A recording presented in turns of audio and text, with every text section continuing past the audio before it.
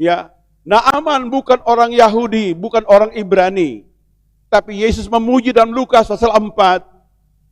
Yesus berkata kepada orang Nazaret, dengar, di zaman Elisa banyak orang kusta di Israel, tidak seorang pun yang sembuh. Bukan karena Elisa kurang sakti dan kurang iman, tidak. Israel enggak bertobat. Ya, terkadang orang seperti itu, saudara. Siapapun bisa menyembuhkan asal hati kita baik dengan Tuhan. Amin. Betul enggak? Mau cari pendeta mana? Enggak. Biasa-biasa aja. Haleluya. Jika Tuhan berkenan, apapun bisa jadi. Cari perkenanan Tuhan. Memberitakan kabar baik, memulihkan, menyembuhkan, melepaskan, memuridkan. Yehezkel pasal 36 ayat 24 sampai 27. Aku akan menjemput kamu dari antara bangsa-bangsa dan mengumpulkan kamu dari semua negeri dan akan membawa kamu kembali ke tanahmu.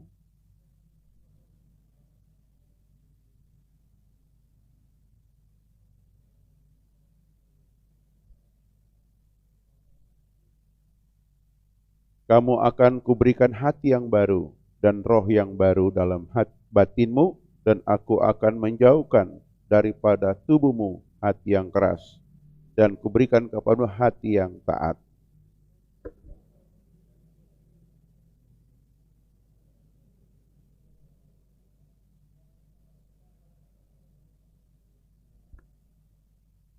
Ya, amin. Silahkan duduk.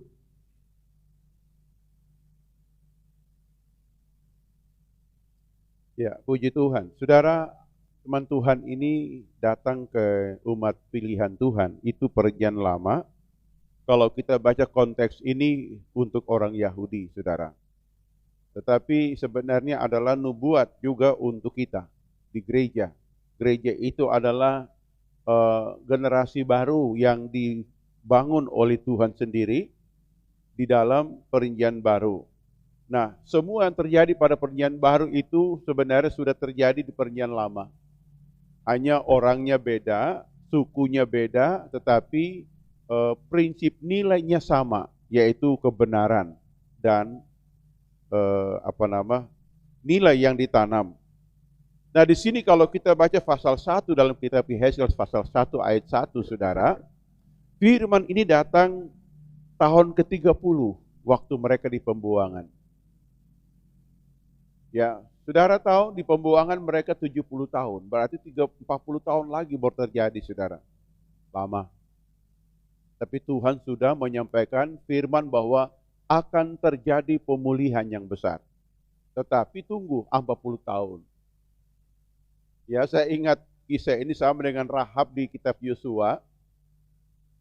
Waktu dua pengintai datang di rumahnya dan mereka ini ketemu dengan Rahab. Rahab ngomong begini, kami dengar laut Teberau kering. Berapa lama, saudara? 40 tahun yang lalu. Rahab ingat di otaknya, saudara. Nah, di sini kita lihat latar belakang dulu supaya kita tahu kisah ini, saudaraku. Jadi kalau kita comot ayat nggak ngerti. Jadi nubuat ini disampaikan Yehezkel di Sungai Kebar bersama dengan orang buangan lain. Mereka lagi mencari wajah Tuhan, doa puasa di sana. Lalu Tuhan ngomong, aku akan menjemput. Kata akan berarti belum terjadi. Ya, itu baru janji akan menjemput. Nah, ini saudara, ya. Oke, kita balik lagi di ayat tadi, saudara. Kita akan bahas di sini disebutkan begini, tapi dalam bahasan ayat yang cukup panjang ini saya akan bahas 5 poin saja. Menjadi kunci dari pasal ini, saudara. Disebutkan begini, ya, di ayat ini mengatakan bahwa aku akan menjemput kamu dari antara segala bangsa. Berarti terjadi kehancuran, perceraian yang besar-besaran. Dari raja sampai orang jelata, mahasiswa, saudara, semua nabi, semua diangkat oleh seorang nama Raja Babel, dibuang ke Babilonia. Ditawan di sana. Nah, kita di era sekarang seperti apa? Kita enggak dibuang ke Babel, tetapi nilai Babel itu masuk dalam diri kita. Apa itu nilai Babel? hidup dalam kenajisan, kekotoran, dosa, dan itu kejahatan. Tetap orang di Bitung, di rumah tinggal kita, pola pikir kita jahat, ya, kelakuan kita jadi tidak benar lagi. Itu disebutnya sebagai Babil. Ya, sudah pemalas ibadah, pemalas doa, pemalas menyembah Tuhan, itu disebut pola Babil. Ya, disebutkan ada kenajisan, ada berhala yang kita sembah. Nah, gitu. Nah, sekarang kita lihat di sini, saudara. Tuhan akan menjemput kita dari antara segala bangsa. Bagaimana cara Tuhan menjemputnya? Kita baca ayat 1 di pasal ini. Ayat 1, saudara. Ya. Ayat 1, hai engkau anak manusia, bernubuatlah mengenai gunung-gunung Israel dan katakanlah, hai gunung-gunung Israel, dengarlah firman Tuhan. Dan selanjutnya, saudara. Ya, saudara, bagaimana cara Tuhan menjemput umat datang kepada Tuhan? Tuhan akan pilih orang-orang yang diurapi Tuhan. Bernubuatlah hai anak manusia, Yehezkel. Sekarang orang ganti nama Yehezkel jadi saya. Ya, menyampaikan nubuat. Kata nubuat artinya firman diilhami oleh Tuhan. Bukan firman karangan manusia atau rekayasa kita, perasaan. Tidak, saudara. Tetapi firman yang diurapi oleh Tuhan, dan Tuhan berfirman kepada Yehezkel, nubuatlah kepada gunung-gunung di Sion. Kenapa gunung-gunung, saudara? Saudara pernah baca Matius 17 tentang gunung? Problem-problem. Umat Tuhan yang ada dalam problem yang hebat. Problem apa? Sakit, penyakit, kesukaran. Itu sebagai gunung kesulitan, saudara. Makanya firman Tuhan datang kepada kita di sini. Dengar Bapak Ibu kekasih Tuhan, kenapa kita di minggu-minggu ini kita fokus dalam doa supaya Tuhan menaruh firman profetik, firman nubuat dalam diri kita untuk kita menyampaikan kepada umat Tuhan yang di gunung-gunung. Siapa gunung itu? Gunung itu gunung kesulitan, gunung sakit penyakit, gunung kebangkrutan, gunung sedih, gunung kemurungan, saudara, gunung kekeringan, saudara. Problem manusia hanya bisa terlepas, dijemput oleh firman yang hinggap dalam diri manusia. Tuhan jemput kita. Begitupun orang di sini. Bapak Ibu sudah datang bertobat, lahir baru itu karena mendengar firman di tengah kesukaran tadi. Disebutkan itu Tuhan jemput. Dengan cara bagaimana? Tuhan menaruh firman di mulut orang-orang biasa-biasa. Hanya bersaksi, datang kuat Tuhan mau sayang pangana, datang kuat Tuhan berkati pangana, datang kuat Tuhan mau menyembuhkan. Lalu ada respon. Ada keyakinan, ada kepercayaan muncul. Nah, ini, saudara. Jadi Tuhan menjemput, saudara. Ya, kita terima Yesus sebagai Tuhan. Ya, kita keluar gunung-gunung masalah. Kalau Adam dulu bukan gunung, dia bawa pohon, dia sembunyi. Tuhan panggil Adam, Adam, di manakah engkau? Sekarang orang-orang di gunung-gunung di ayat ini sudah, hai engkau anak manusia, bernubuatlah mengenai gunung-gunung Israel, mengenai kesulitan umat manusia. Kata Israel diganti dengan kata bangsa-bangsa. Tuhan lagi mendidik kita di waktu-waktu sulit seperti sekarang. Kita bersyukur melewati pandemi jadi endemi sekarang. Itu luar biasa kasih Tuhan untuk kita. Kenapa? Karena firman profetik itu datang untuk menolong kita, mengangkat jiwa kita yang gelisah. Saudara lihat di Mazmur 42, Daud berkata begini, orang selalu berkata kepada, di mana Allahmu? Sehingga dia berkata, seperti rusa merindukan air di waktu fajar. Dia merindukan Tuhan. Sama seperti kalau kita baca dalam Kisah Rasul 16, orang-orang Makedonia memanggil, datang nyebrang bantu kami. Di sana ada ibu-ibu di tepi sungai lagi bercuci, saudara. Mereka berseru kepada Tuhan, datanglah Paulus melihat di alam roh, ada tangan menggapai-gapai, mari menyeberang tolong kami. Maka situasi seperti ini, dengar, kita boleh menemukan banyak solusi dalam kesulitan, tapi solusi yang jitu adalah kalau kita mendengar firman yang turun dari sorga, firman yang diurapi Tuhan, itu akan menolong kita. Saya beri contoh dalam 2 Raja pasal 7, saudara. Saat Israel terkepung, gak ada makanan. Di pasal 6 berkata bahwa mereka ini sampai makan daging manusia. Israel, saudara. Sekarang nggak ada makanan lagi. Mau makan apa? Ternak nggak ada. Mereka dikepung tentara Aram yang begitu ketat, saudara. Apakah di tengah sukar seperti itu orang tidak ada harapan? Ada harapan. Di situ ada Nabi Tuhan bernama Elisa. Alkitab berkata roh Tuhan menguasai Elisa.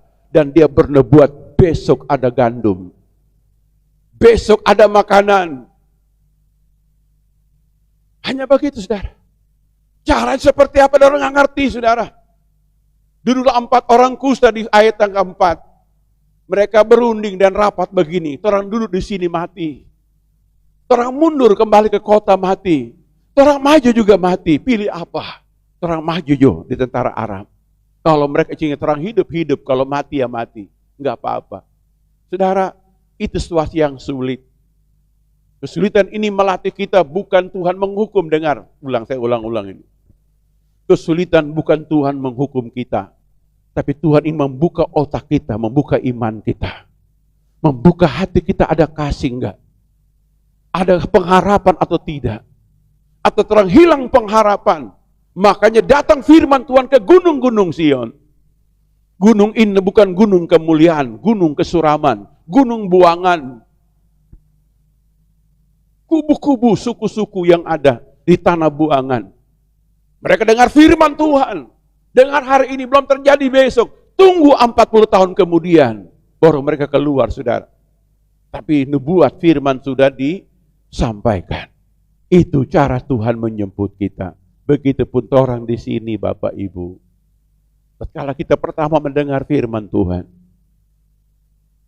bahwa tentang anugerah, tentang kemurahan, tentang kebajikan, tentang keselamatan yang cuma-cuma ditawarkan. Kita buka hati, kita mau ikut. Kita mau ikut Pak Tuhan. Kita berjalan bersama Tuhan. Di situ Tuhan membawa kita, saudara. Itu poin yang pertama, saudaraku. Ya. Lalu kita poin yang kedua di sini yang saya temukan dalam ayat yang baru kita baca tadi, saudara. Ya. Disebutkan bahwa Dia akan memberikan kepada kita sesudah Dia menjemput. Ya, di ayat yang ke-25, saudara. Sorry ya, ayat 25. Masih ayat 24, aku akan menjemput kamu dan segala bangsa dan mengumpulkan kamu dari semua negeri dan akan membawa kamu kembali ke tanahmu. Ya, tanahmu artinya Tuhan kasih tempat tinggal yang memang itu tempat orang, enggak kemana-mana lagi. Ya, kalau saudara masih pindah rumah, kontrak rumah enggak apa-apa. Ya, percayalah, saudara masih menjadi orang musafir. Amin. Betul enggak? Kontrak rumah enggak apa-apa, saudara. Karena Israel juga pernah pindah-pindah tenda. Sampai zaman Daud. Pindah-pindah tenda, saudara. Bayangkan dari zaman Musa, zaman Daud berapa ratus tahun, saudara. Pindah-pindah. Zaman Yosua pun belum ada tempat menetap. Masih perang. Nah, itu ada waktunya. Jadi nikmati aja yang bersama Tuhan. Nah, Tuhan kasih rumah pribadi, amin. Tanah perjanjian untuk saudara tinggal, berkarya, beraktivitas, buka toko kah, bikin kebun kah, terserah. Selagi masih mampu, lakukan saja. Itu tanah perjanjian, saudara. Tuhan taruh di situ. Tapi jangan sampai sebatas itu, saudara. Poin yang kedua, Alkitab berkata Dia mencurahkan air yang jernih. Pertama untuk mentahirkan. Saya baca-baca, kenapa tidak api, saudara? Kok air yang Tuhan kasih? Why? Kenapa? Kalau api itu langsung matang, saudara. Kenapa air? Kalau kita baca peristiwa di Alkitab tentang air, saya temukan ada 2 orang. Tuhan ngomong tentang air. Di Perjanjian Lama itu Naaman. Elisa ngomong tentang air. Dia mandi sungai Yordan, saudara. 7 kali karena sakit kusta. Yang kedua perempuan Samaria. Tuhan ngomong tentang air, saudaraku. Kenapa air? Air itu lambang pertama anugerah, saudara. Kenapa anugerah, saudaraku? Ya, Naaman bukan orang Yahudi, bukan orang Ibrani. Tapi Yesus memuji dalam Lukas pasal 4. Yesus berkata pada orang Nazaret, dengar, di zaman Elisa banyak orang kusta di Israel, tidak seorang pun yang sembuh. Bukan karena Elisa kurang sakti dan kurang iman, tidak. Israel nggak bertobat. Jika Tuhan berkenan, apapun bisa jadi. Cari perkenanan Tuhan. Betul nggak? Jika Tuhan berkenan, apapun yang jadi menjadi persoalan hati kita percaya atau tidak. Makanya saudara lihat, di zaman Elisa ini, Naaman, dia pertama menolak karena nggak ngerti. Biasa, kesombongan, gengsi menutupi, namanya hikmat yang murni. Ya, itu boleh gengsi dan kesombongan sosial, saudara. Seorang hamba Tuhan ketua sinode di satu gereja di Indonesia, saudara, bergelar doktor. Doktor bukan dalam negeri, luar negeri, saudara, hebat orang ini. Ya, dia pernah berkhotbah di kota Ambon, bikin seminar, saya ikut, saudara, seminar itu. Beliau lakukan. Dia bersaksi begini, waktu Toronto Blessing, orang tertawa dalam roh berjam-jam, gak berhenti-berhenti. Dia sebagai seorang ilmuwan, dia gak boleh ngomong sesat. Dia penasaran, dia ikut kongres di Kanada. Dia ke sana. Dia ikut 1 minggu kongres itu, saudara. Tiap hari altar call dia maju, didoakan. Enggak pernah dijamah Tuhan, saudara. Hari pertama, kedua, ketiga, keempat. Hari kelima dia pulang ke hotel bersama istrinya. Dia ngomong begini. Kalau bilang sesat orang pakai nama Yesus berdoa. Kalau bilang dari Tuhan apa kita nggak dapat. Nah itu. Dia bersaksi begitu, saudara. Lalu kedua suami di hotel nyembah Tuhan. Ya, karena nggak ada gitar, mereka menyembah Tuhan, nyembah, saudara. Haleluya, satu lusi nyanyi berulang-ulang. Nyanyi ulang-ulang. Tiba-tiba hadirat Tuhan turun. Dan Tuhan ngomong kepadanya. Tuhan sebut namanya. Lalu dia tanya, Tuhan, bagaimana ini? Saudara, lalu dia ngomong, Tuhan ngomong kepada dia begini, waktu kamu maju didoakanmu, kamu bukan anak Tuhan. Kamu ketua sinode. Kamu sombong karena jabatan struktural di gereja. Kalau engkau anak Tuhan, kalau engkau baca kitab Wahyu 24:2, Tuhan tersungkur melepaskan mahkota. Engkau akan dapat apa yang Tuhan berikan. Dia bertobat di kamar bersama istri, saudara. Dia nangis 1 malam gak tidur. Minta ampun Tuhan, aku masih sombong. Besoknya hari terakhir mau penutupan, saudara. Dilawat Tuhan di tempat itu. Didoa kalau anak gadis kecil. Begini. Di 7 jari, gak contoh. In the name Jesus Christ. Touch. Dijamah, saudara. Dilawat Tuhan. Istri dilawat Tuhan di mana? Dalam toilet, saudara. Dalam toilet. Dan dia pulang ke Indonesia. Gereja ini berkembang di Indonesia cukup pesat, saudara. Oleh kuasa Tuhan. Kita pun demikian. Dengar, gereja dilahirkan bukan karena fasilitas hamba Tuhan atau gembala, tidak. Tapi karena karya kuasa tempat yang maha tinggi.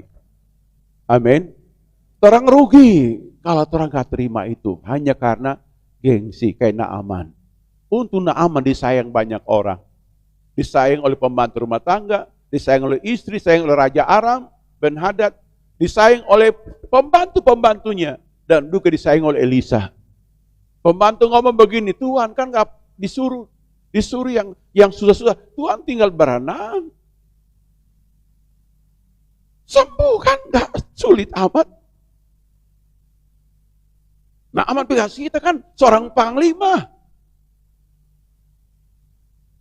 Di kampungku banyak air yang bagus, kamar mandiku banyak, pencet tombol, air panas, air dingin keluar.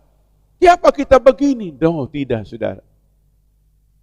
Kuasa Tuhan mengalir. Karena kuncinya orang sangat cinta Tuhan. Orang cinta Tuhan pasti turuti perintah Tuhan. Amin. Pasti ikut, saudara. Enggak pakai gengsi, enggak pakai kepala batu. Enggak pakai main sendiri, saudara. Ini perlu orang renungkan bersama-sama. Hidup ini sulit, bukan karena Tuhan tidak mau tolong. Tolong mempersulit diri sendiri dengan cara mempertahankan ego dan kesombongan kita. Bahaya, hati-hati. Dengar, renungkan ini baik-baik tiap hari. Amin gak? Lazarus dibangkitkan, saudara. Apa perintah Tuhan kepada Marta Maria? Buka kubur, buka batu itu. Buka. Saya mau tanya, bisa nggak Yesus bisa buka sendiri? Sangat bisa. Tapi Tuhan butuh kerjasama, keterbukaan dari manusia, dan Tuhan akan bekerja. Amin. Amin. Yesus dikubur, siapa yang guling? Malaikat turun. Kenapa? Karena dimeterai, disegel oleh pemerintah Romawi. Berani Petrus yang guling, belum tangan sampai, peda sudah jalan di kepala Petrus. Dan Injil diberitakan, tapi tunggu berapa generasi lagi. Nah itu saudara, itu ya. Jadi kita lihat bahwa Tuhan memberi air untuk mentahirkan. Mentahirkan apa? Kusta. Apa itu kusta, saudara? Kusta penyakit najis, penyakit pemberontak. Penyebab sakit kusta apa, saudara tahu? Karena dosa pemberontakan. Di mana ayatnya? Bilangan 12 ayat yang kedua dan 3. Miriam memberontak melawan Musa dan kena kusta putih, saudara. Hati-hati memberontak melawan orang tua, melawan pendeta, melawan orang tua, melawan guru dosen, cepat-cepat minta, melawan mertua, melawan anak, ya saudara, hati-hati, kena kusta. Kalau enggak ditahirkan tiap waktu, sulit kita bertumbuh. Kelihatan mulut umat kami jadi singar dibuka, hati enggak ketemu Tuhan, bahaya. Ya saudara, jangan terus pakai standar kita untuk menyenangkan hati Tuhan, enggak. Mesti ikut standar Tuhan. Memang awalnya sulit, saudara. Kita kan berpikir, gereja itu banyak aturan, rumah itu banyak aturan, enggak betah tinggal. Kita mau di sana boleh bebas merokok, bermabuk, berjudi, di sana boleh bebas. Itu bukan bebas, itu keterikatan, saudara. Halo? Kita heran, kita ponakan-ponakan, termasuk Rosi dulu, tidak mau tinggal di sini. Banyak aturan kata. Di sini mesti sembahyang lah, mesti bagi. Ya harus begitu. Mau apa lagi? Jadi suruh canggul kobong toh. Cuma sembahyang susah apa? Oh di sini banyak aturan. Di sana boleh bebas. Bebas apa? Bebas ini, bebas itu, bikin dosa bebas, nggak ada yang larang. Oh. Itu bukan bebas, itu keterikatan. Ya, tahu betul nggak? Ya, istilah hukum namanya homo homunilupus, saudara. Kebebasan sebebas-bebasnya, itu namanya anarki, saudara. Pemberontakan. Tuhan punya hukum, makanya perintah Tuhan jemput orang, selamat saudara, dan dia tahirkan dulu, dia bersihkan ini hidup kita. Pakai air, itu anugerah. Betul? Amin. Betul enggak? Saudara, pernah enggak kas mandi orang kas kado? Pernah enggak? Kita pelihara anjing, itu anjing kado, saudara. Sit. Ya, saudara. Bagaimana cara sembuhkan anjing kado, saudara? Tidak sampai hati mau toki, mau buang, saudara, itu anjing. Ya, cari informasi di Google, di YouTube, di mana-mana. Ternyata kata kas mandi oli bekas. Udah oli bekas taruh konggoso di badan, itu anjing kado. Kado antar tubuh, saudara. Anjing itu orang belas kasihan, apalagi manusia. Halo? Betul nggak? Waktu gosok oli bekas, dia merot, waduh gatalnya minta ampun, dia apa guling begitu. Seminggu kemudian, tumbuh rambutnya. Kado hilang, saudara. Ternyata proses pentahir itu sakit, betul nggak? Halo? Malunya sampai di sini, amin? Betul nggak? Aduh, malu dan kita dulu begini, kok begitu. Aduh, malu dah. Aduh, mau taruh muka di mana sudah, taruh muka di siang, putar ke belakang ke sana kamar. Terima realitas yang ada. Betul nggak? Apalagi orang pemula mau bertobat tuh, itu pentahiran itu, saudara. Makanya Tuhan pakai hikmat begini. Bagaimana perempuan Samaria ditahirkan? Ngomong 4 mata dia di sumur Yakub, nggak ada orang lain. Itu konseling yang hebat. Siang bolong di sumur Yakub. Itu konseling pada orang perempuan Samaria. Amin. Jangan konseling orang perempuan Samaria di bawah pohon sendiri, nggak ada orang, tertutup, gelap lagi. Oh itu bah, itu konseling. Itu namanya follow me, follow up, follow me, follow up, saudara. Imbol. Nah gitu. Karena Tuhan itu berhikmat, memberi contoh bagaimana pelayan yang betul. Di sumur Yakub jam 12 siang di alam terbuka. Saya percaya pasti Yohanes itu hadir di situ. Kenapa? Karena dia yang tulis. Mas juru tulis nggak ada, kalau dia karang-karang nggak boleh. Semua murid pasti pergi jual beli makanan di kampung. Pasti ada Yohanes itu karena dia saksi mata, dia yang tulis peristiwa itu. Nggak mungkin kan pamannya saya tulis peristiwa, oh pada suatu hari Yesus di sumur, suatu hari kapan? Iya, pokoknya kita lihat di televisi, nggak begitu. Ini saksi mata. Betul nggak?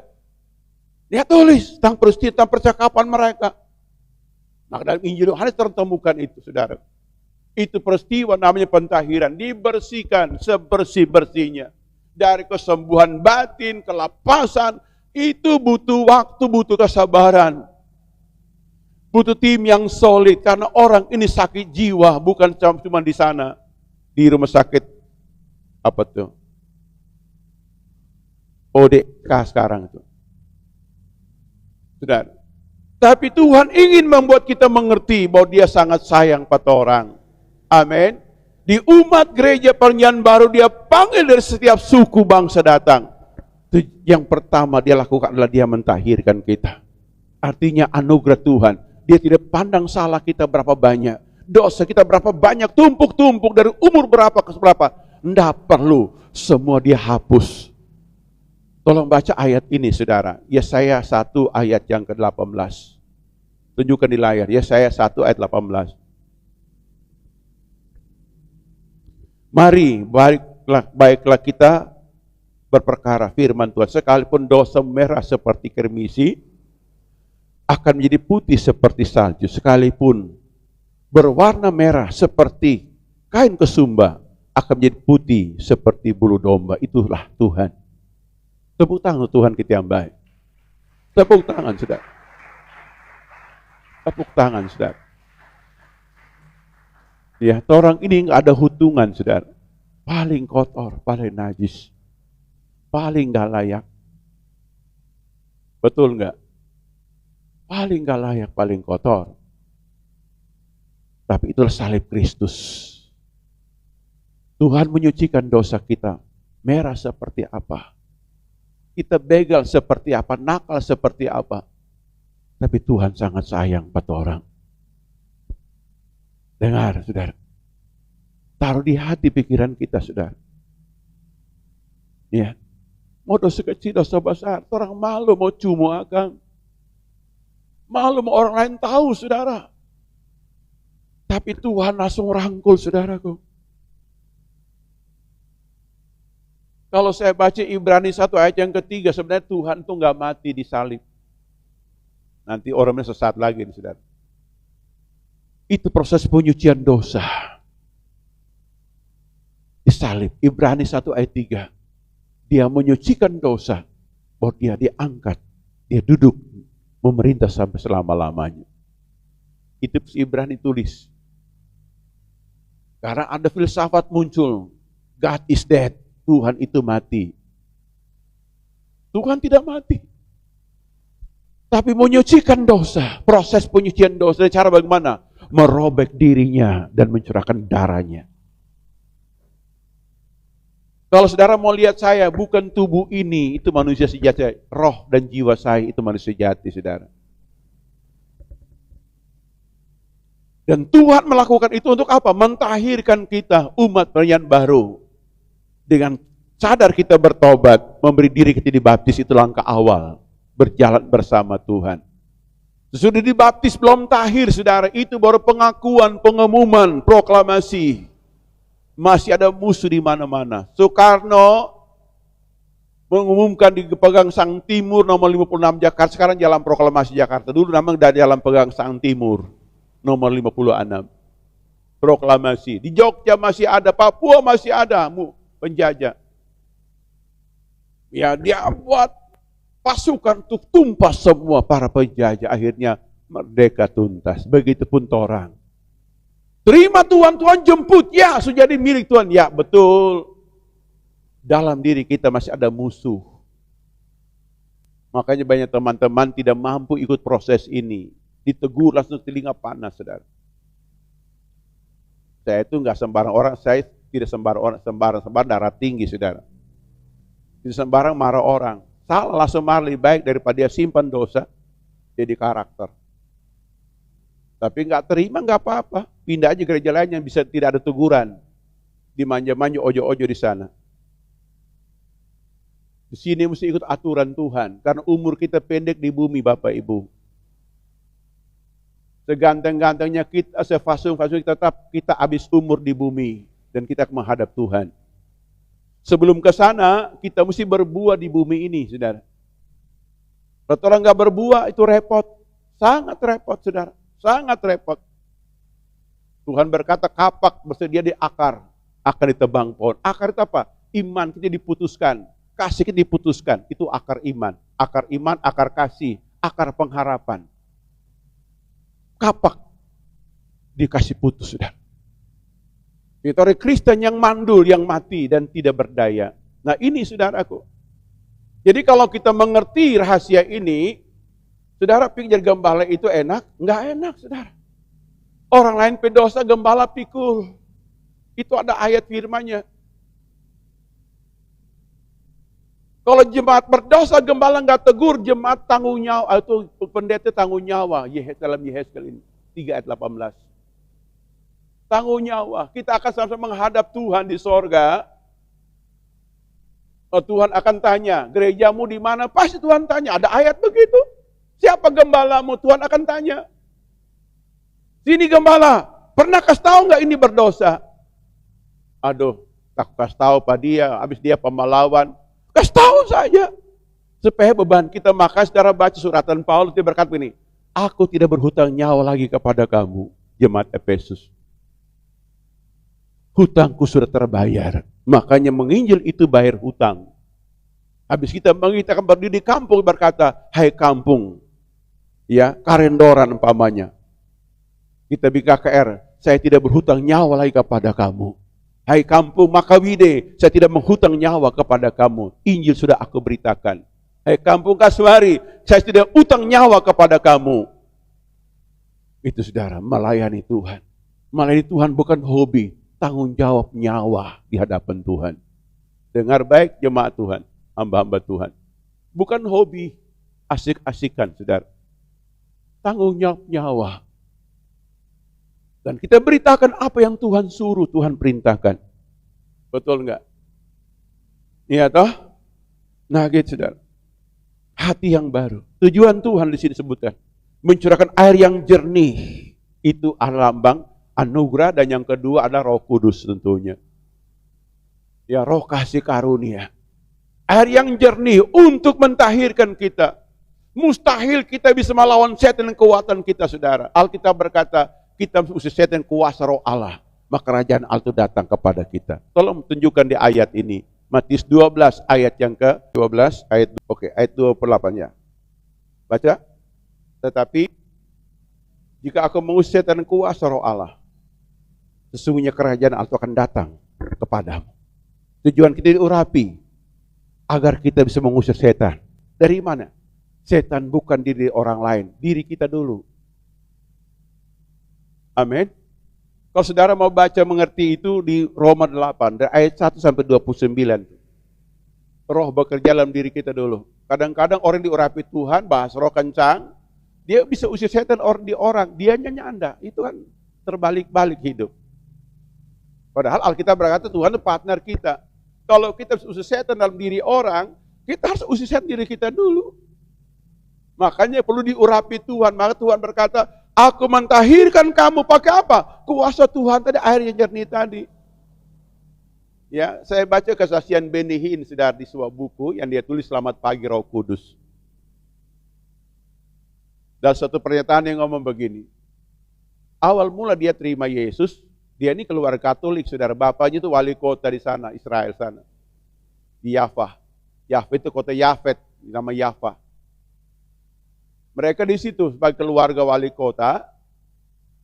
Lalu mereka ini pelesiran ke Kanada, saudara. Kanada. Sampai Kanada itu ada seorang hamba Tuhan hebat, perempuan bernama Kathryn Kuhlman. Kathryn Kuhlman ini bikin ibadah jam 3 pagi. Jam 3 pagi. Saudara, jam 2 pagi orang antre banyak di pintu gereja, saudara. Karena dia ini orang ibu yang seringkali khotbah di radio, punya radio. Dia khotbah radio dan dia bikin, ayo ibadah jam 3 pagi. Datang orang. Salah satu Benhin masih muda belia, saudara. Dan dia itu, gagap gitu. Ngomong gak lancar. Gitu. Gak lancar, gagap, saudara. Lalu dia pergi bersama temannya. Lalu teman ngomong begini, kata teman sudah biasa ke situ. Teman ngomong begini, sebentar kalau buka pintu jam 3, tank, mesti lari cepat-cepat. Kalau enggak dapat tanpa duduk. Dia bilang gitu. Akhirnya dia dengar itu masih muda. Akhirnya jam 3 pagi buka pintu, mereka lari masuk gereja, saudara. Masuk gedung ibadah. Dan duduk paling muka, saudara. Sementara ibadah udah begitu, dia sudah terforis, saudara. Bukan kedinginan. Sudah mulai dilawat Tuhan. Itu pendeta lagi khotbah di muka Kathryn Kuhlman. Saudara bisa kunjung di YouTube-nya, saudara. Bro, waktu terforis dia. Nggak bisa tahan, saudara. Dilawat Tuhan. Lalu habis ibadah dia pulang. Sampai di rumah dilawat Tuhan di kamarnya. Dia kunci pintu. Dia menyembah Tuhan 8 jam. Enggak berhenti-berhenti bahasa roh, saudara. Sendiri. Itu awal mula, saudara. Ya doa. Mau berhenti nggak bisa. Tetap mulut bergetar, saudara. Terus begitu. Terus. 8 jam. Dia buka pintu, saudara, ibunya lewat, ibunya langsung terpental, pak, saudara, terpental, saudara. Itu awal mula dia mendapat panggilan Tuhan. Dan dia bernasar, jika Tuhan mau pakai saya akan tinggalkan Israel dan balik ke Amerika sebagai basis pelayanan saya. Dan saya akan bawa nasar kepada Tuhan, yaitu sebotol minyak zaitun. Kita bawa kepada Tuhan dalam bait Allah. Dan dia bawa nasar itu, sudah sebotol minyak zaitun. Dan dipakai Tuhan, umurnya panjang sampai hari ini. Saudara tahu, untuk diurapi Tuhan, ada banyak sekali. Orang ngomong, pendeta, nabi palsu, dia nggak peduli. Engkau bukan Tuhan, saya perlu menyembah Tuhan intim saja. Toh yang aku lakukan apa perintah Tuhan? Iya toh. Yang aku lakukan perintah Tuhan. Iya toh. Mau dia besar kayak siapapun yang ngomong di media, nggak peduli pada orang. Kadang-kadang orang hanya menafsirkan sesuatu hanya berdasarkan kamus dan pengalaman orang lain, dan dia pakai sebagai kebenaran untuk mengukur orang lain punya panggilan. Ini boleh. Beda-beda. Beda-beda, saudara. Nah, itu contoh mentahirkan. Dan dia bersaksi, saudara. Sejak saat itu, gagunya hilang, saudara. Ngomong yang itu langsung hilang. Dan dia normal sampai hari ini. Itu awal mula Tuhan merubah. Selain karakter, juga fisik, yaitu lidahnya. Dan Tuhan taruh firman. Kita ingat, Tuhan ngomong kepada siapa? Yeremia dan Musa. Siapa pencipta lidah manusia? Halo? Siapa pencipta lidah manusia? Kalau engkau anak muda ingin dipakai Tuhan, katakan Tuhan, ini lidahku. Cercah, ini bakar lidahku ya Tuhan. Setia saya, Tuhan, bakar lidahku ya Bapa. Aku beritakan firman Tuhan. Karena Tuhan taruh firman di lidah untuk menyampaikan firman Tuhan. Ini penting, saudara, untuk kita ngerti. Kalau Tuhan yang mentahirkan lidah kita, percayalah, buka mulut itu kalimat spontan baru banyak sekali. Seperti air yang mengalir, saudara. Terus sendiri heran. Ya, persiapannya gini, kenapa kok masuk di sini? Kok lain, lancar. Berkata, itu bukan orang sayang. Tuhan yang taruh perkataannya di lidah kita. Makanya setiap pagi Alkitab berkata, pertajam lidahku sebagai lidah seorang murid. Untuk menasihati orang, menguatkan orang banyak. Ini perlu terang mengerti. Katakan amin. Amin gak? Halo. Lihat perempuan Samaria. Sesudah ditahirkan air yang hidup Tuhan tawarkan. Dia tinggalkan rasa malunya. Dia tinggalkan tempayannya. Dia pergi bersaksi. Saya sudah bertemu Mesias. Mari, kalau nggak percaya, datang lihat sendiri. Di sana, di sumur Yakub. Satu kampung Sikar datang kepadanya. Tapi aneh bin ajaib, kalau orang bahasa roh tinggal menginjil kagak. Bahasa roh apa itu dia?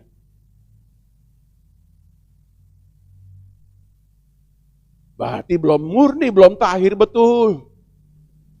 Termasuk golongan lidahnya memuliakan Tuhan, hati masih jauh dari Tuhan. Makanya perusahaan Tuhan hati tahir. Di sanalah kita akan menemukan kemenangan yang besar. Tuhan tahirkan bangsa ini. Tuhan berjanji, itu kenapa pada perjanjian baru, yaitu kita semua saudara. Ya, kenajisan, berhala-berhala, dan mentahirkan kamu di ayat 25 ya saudara. Ya, berhala artinya kita tidak menyembah siapa lagi, hanya menyembah Tuhan. Ya saudara, nyembah Tuhan. Hati remuk, Tuhan, aku rindukan Engkau lebih dari apapun. Nyatakan dirimu, Tuhan, omnipresent. Tuhan selalu menyatakan diri, nyatakan diriku-Mu Tuhan. Biar aku semakin mengasihi, semakin mengenal-Mu. Dahsyat saudara. Dahsyat. Di situ Dia memberi kekuatan kepada kita. Terkadang orang lihat cantik-cantik begini, dalam kita hancur, remuk, putus asa, kecewa. Ya, kecewa dengan pasangan, anak-anak, dengan banyak masalah, problem di hadapan kita. Kita kecewa sekali. Tapi kalau air yang jernih itu masuk merembes, jiwaku sejuk kembali. Segar. Mazmur berkata air yang tenang. Amin. Mentahirkan kita. Saudara. Membuat kita lega lagi. Persoalan yang berat, tantangan yang rumit, kita bisa lewati, saudara. Itu karena air kehidupan. Saudara tahu waktu Daud merebut kota Yebus, orang Yebus berkata, tidak mungkin dia mau datang merebut kota kami. Apa Daud katakan? Kita akan lewati air, saudara. Di situ ada sungai lewat dalam tanah, saudara. Dia masuk dalam sungai, saudara. Dia masuk, saudaraku. Dengan itu tembus sebelah. Dan hari itu dia rebut kota Yebus. Dirubah nama menjadi Yerusalem, saudara. Air kehidupan. Ya saudara, kadang-kadang orang bikin rumah talang tidak bagus, bocor, itu air merembes sampai tembok-tembok jadi kayak sebuah lukisan-lukisan. Itu sifat air, merembes. Kalau ada jalan dia sempit sedikit, dia akan masuk, saudara. Kita pun demikian, izinkan air kehidupan masuk lewat namanya Tuhan. Ini hidupku. Tuhan hanya butuh pengakuan dan penyerahan. Dia merembet masuk, dia angkat semua, saudara. Yang membuat kita takut, membuat kita gelisah, membuat kita khawatir, membuat kita ragu-ragu, membuat kita sakit, membuat kita depresi, membuat kita apa. Dia tahirkan semua. Itu sifat air. Air anugerah Tuhan datang kepada kita. Amin. Amin, saudara. Sehingga hati kita baru, saudara. Masalah yang berat, disakiti bertahun-tahun, Tuhan akan angkat semuanya. Ada seorang ibu di Pinokalan sana, sudah meninggal, paling baik. Dia kasih rumah orang tinggal, saudara. Ibu ini sakit kanker usus. Kenapa, saudara? Karena ditinggalkan suaminya dan anak-anaknya sendiri. Dia jaga anaknya dari kecil sampai besar-besar sendiri. Sakit hati itu terpendam jadi kanker di usus dan mati, saudara. Di hari yang baik ini dengar, Tuhan mesti mentahirkan saya dan saudara semua. Serahkan beban kepada Tuhan, ini aku Tuhan. Tahirkan Tuhan. Bagian-bagiannya aku tidak sadar, aku tidak tahu, Engkau yang maha tahu. Tahirkan Tuhan. Kita rela dibedah, kita ditahirkan semuanya Tuhan. Jadikan hatiku hati yang baru, hati yang taat kepada Tuhan. Itu yang perlu. Dengar, hidup ini sementara. Tapi yang Tuhan mau apa, saudara? Kita lihat di ayat ini. Ya, disebutkan begini, saudara. Di ayat 1 ayat saya sudah kasih tanda di sini. Di ayat 8. Di Yehezkiel 36 ayat 8. Yang Tuhan mau apa? Kita baca ayat ini, saudara.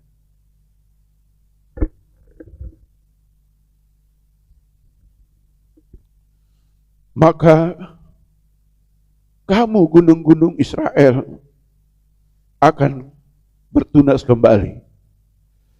Akan memberi buah untuk umatku Israel.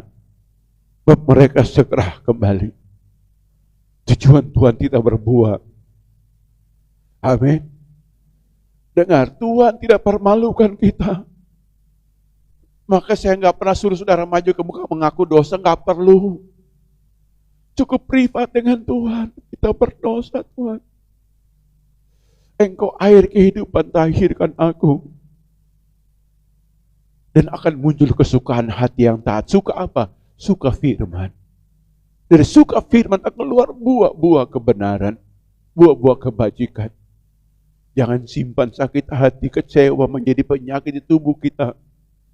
Mari sayangi tubuh kita, saudara. Tubuhmu mahal. Semahal darah Tuhan Yesus. Kalau ada salah, serahkan kepada Tuhan. Jangan simpan di pikiran. Jadi orang gak bisa tidur. Jangan simpan di perasaan. Biarkan Tuhan yang ambil. Kenapa? Karena itu firman-Nya. Tuhan mentahirkan kita. Biar orang berbuah. Masalah belum selesai, gak apa-apa. Urusan Tuhan. Raja Daud berkata, terlalu ajaib bagiku. Itu bagianmu Tuhan. Bagianku aku taat, aku percaya. Aku berharap kepadamu. Karena pengharapan tidak mengecewakan. Amin. Orang hilang pengharapan. Ditulis oleh Yehezkiel juga. Tulangnya amat kering. Kematian rohani. Mari saudara. Kita berusaha. Kita bekerja keras. Belum ada hasil. Bersabar. Mohon anugerah Tuhan. Tuhan, ini bagianmu Tuhan. Tolong aku. Tolong aku ya Tuhan.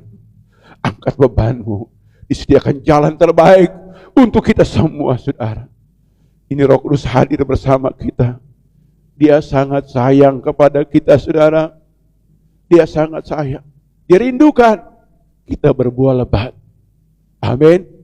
Kalau engkau sebagai seorang karyawan, seorang ASN, pegawai, kerjalah sebaik-baiknya, semaksimal mungkin, jangan permalukan nama Tuhan di sana. Bekerja minta kekuatan Tuhan. Diangkat tuntutan tugas dan pekerjaan, engkau lupa Tuhan, engkau akan hilang fokus, tenggelam dalam kejahatan dan dosa. Engkau akan frustrasi, engkau akan sakit hati, saudara. Kenapa? Karena Alkitab berkata dalam Ibrani pasal 12 ayat yang ke-15. Jangan jauhkan diri kasih karunia Allah, agar jangan muncul akar yang pahit. Dengar, orang yang meninggalkan kasih karunia Tuhan, dia akan mengalami kepahitan seumur hidup. Lihat Naomi, saudara, panggil aku marah. Aku tinggalkan Bethlehem dengan tangan yang penuh, aku kembali dengan tangan yang kosong. Suamiku tidak ada, anak-anak aku tidak ada semua. Itu namanya meninggalkan Tuhan. Ini tawaran kasih karunia.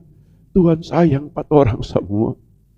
Di hari penantian ini, saudara, kita sadar, dosa pikir dosamu, berbuat kasih saja kepada Tuhan. Alkitab berkata, dosa yang banyak diampuni karena dia banyak berbuat kasih kepadaku. Cintai Tuhan, tinggalkan kritik orang, tinggalkan sakit hati yang dibuat oleh orang. Sembah Tuhan saja. Tuhan itu mengasihi orang semua. Amin. Amin, saudara.